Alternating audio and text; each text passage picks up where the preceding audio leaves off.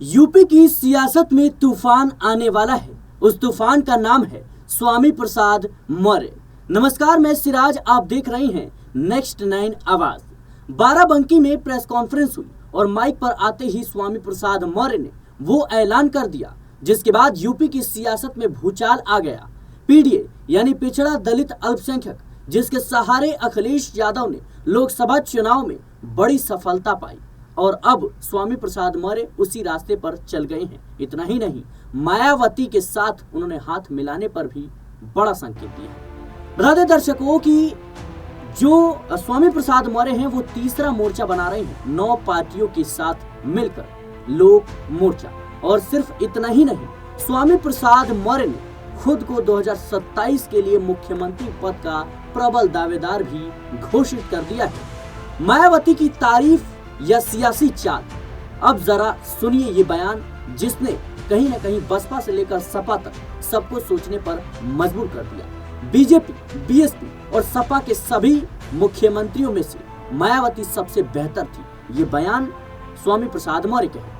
आगे कहते हैं कि उनके राज में कानून का डर था, उनके फैसलों की गूंज पूरे देश में थी। रुकिए, बात यही खत्म नहीं होती। मौर्य ने मायावती की तारीफ तो की, लेकिन आगे जो कुछ कहा वो बसपा को चौंकाने वाला था। उन्होंने कहा कि अब वो बाबा साहेब और कांशीराम की राह से भटक गई हैं, इसलिए जनता उनसे दूर हो गई है। तो सवाल ये है कि क्या ये सिर्फ तारीफ थी या कि जो स्वामी प्रसाद मौर्य हैं ये मायावती को तीसरे मोर्चे में शामिल करने की कोशिश कर रहे हैं। तीसरा मोर्चा किसे फायदा होगा, ये भी बड़ा सवाल है।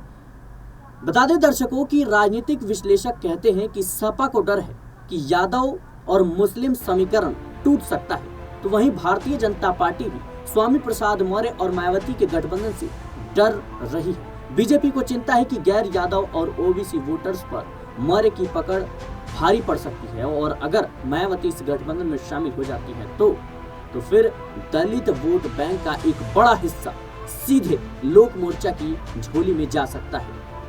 लेकिन क्या केशव प्रसाद मौर्य के पास वो ताकत है? सबसे बड़ा सवाल यही है।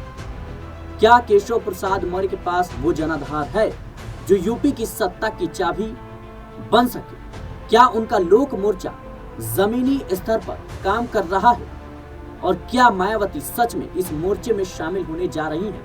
क्या मायावती कहीं ना कहीं स्वामी प्रसाद मौर्य को माफ कर आगे बढ़ने वाली है? मायावती पहले ही कह चुकी हैं कि वो किसी से गठबंधन नहीं करेंगी, लेकिन राजनीति में दरवाजे हमेशा खुले रहते हैं। और अब जिस तरीके से स्वामी प्रसाद मौर्य कह रहे हैं कि मायावती एक बेस्ट सीएम है, चाहे वो सपा की बात कर लें, बीजेपी की बात कर लें, सबसे बेस्ट मुख्यमंत्री मायावती है। ऐसे में सवाल इस बात को लेकर उठ रहा है कि आखिर स्वामी प्रसाद मौर्य के मन में चल क्या रहा है? क्या मायावती को वो अपने तीसरे मोर्चे यानी लोक मोर्चा में शामिल करना चाहते हैं या फिर अपनी पार्टी का विलय वो बसपा में करवाना चाहते हैं? फिलहाल इन तमाम कयासों को लेकर आपकी क्या राय है, हमें कमेंट बॉक्स में जरूर बताएं। देश और दुनिया की तमाम खबरों के लिए बने रहे नेक्स्ट 9 आवाज के साथ।